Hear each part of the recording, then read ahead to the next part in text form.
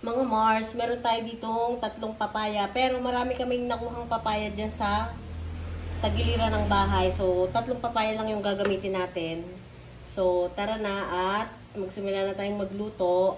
Hugasan muna natin to. Mga basic na lang. Tapos, hiwain. Pati meron tayo ditong karne ng manok.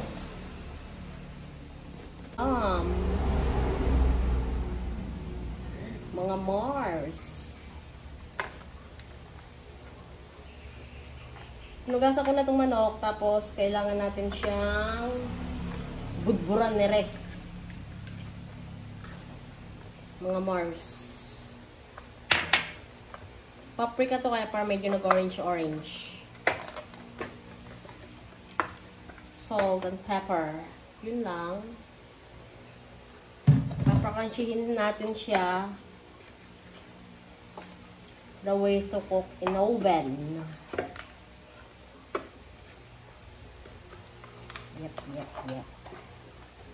So,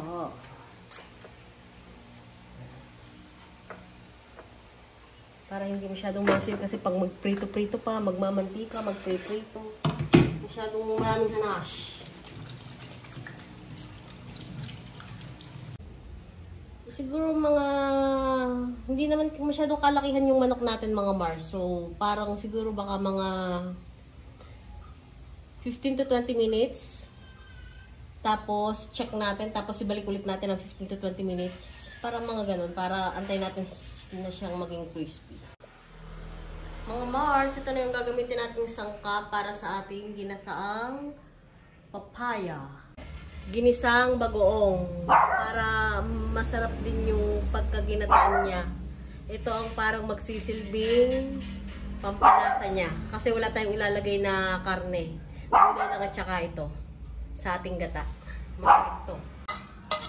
At isabay na ang bawang sibuyas. Panghuli natin itong bell pepper. Wait lang. Kailangan iganto natin. Kasi kanan ako. Yan. Kita ba?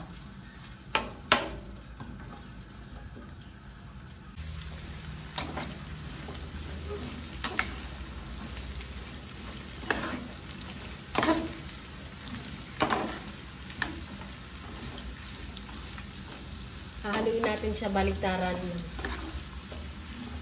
Halo dito, halo doon, mga Mars. So, pwede na natin siyang lagyan nito. Siguro 2 kutsara. Ano ba ang tawag dito? Ginisang bagoong. Kahit anong brand.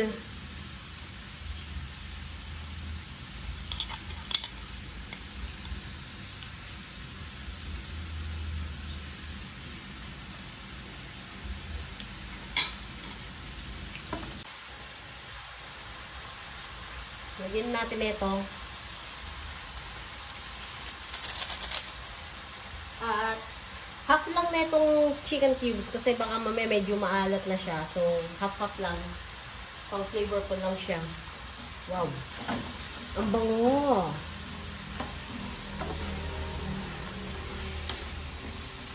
Yan, medyo nagtutubig na siya ng kanya.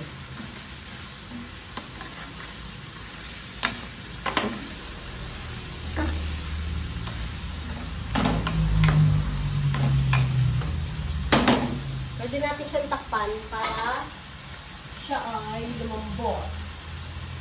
Pwede na natin siyang takpan. Natin i-check yung ating wow, grilled na nga siya.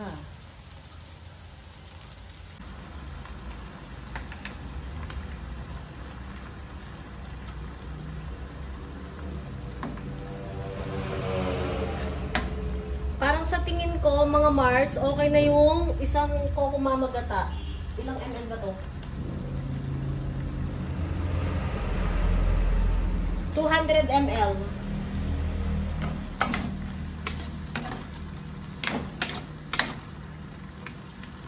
Antayin na lang natin siyang maluto. At, ready to taste.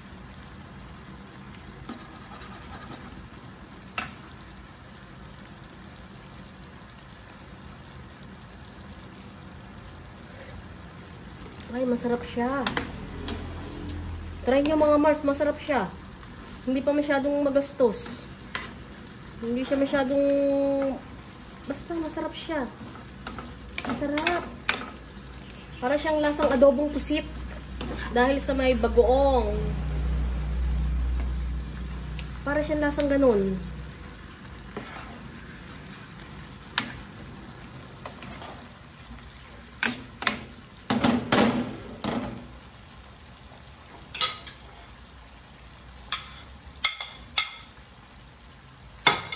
Pinakahuli ang belt paper.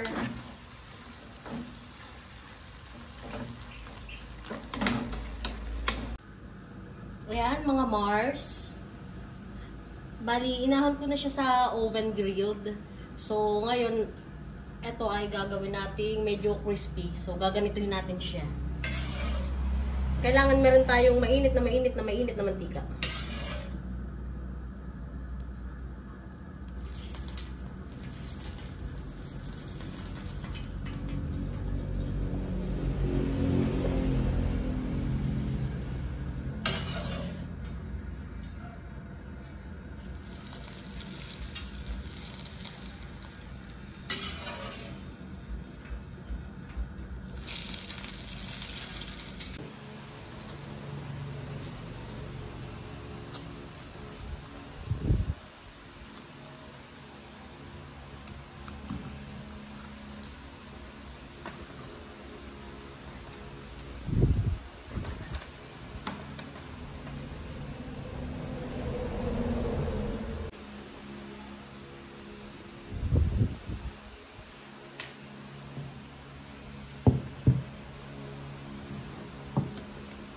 Mga Mars, hindi na siya malutong.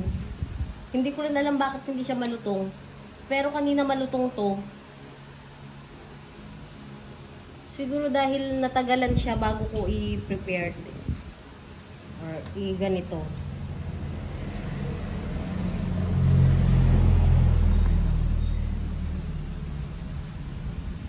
Well, at least, we try. So, a little bit failed. Kasi yung lutong niya, hindi natin masyadong na-achieve. Pero, at least,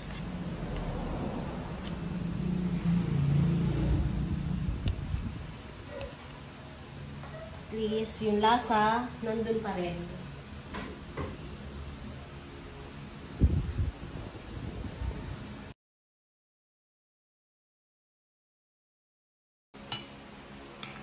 Masarap yung chicken. Light lang yung lasa niya. Grabe ang pawis ko. Ang init.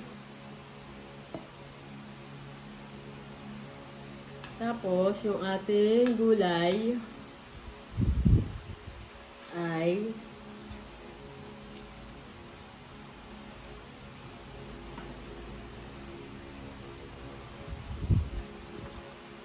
masarap din siya. Hindi siya lasang normal na parang gulay-gulay lang.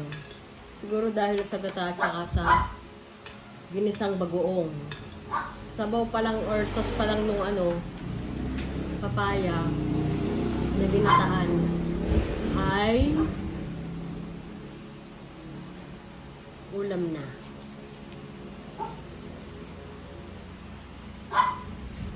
So, kakain muna kami mga Mars. Hindi na namin ito agad mauubos, pero kakain muna kami.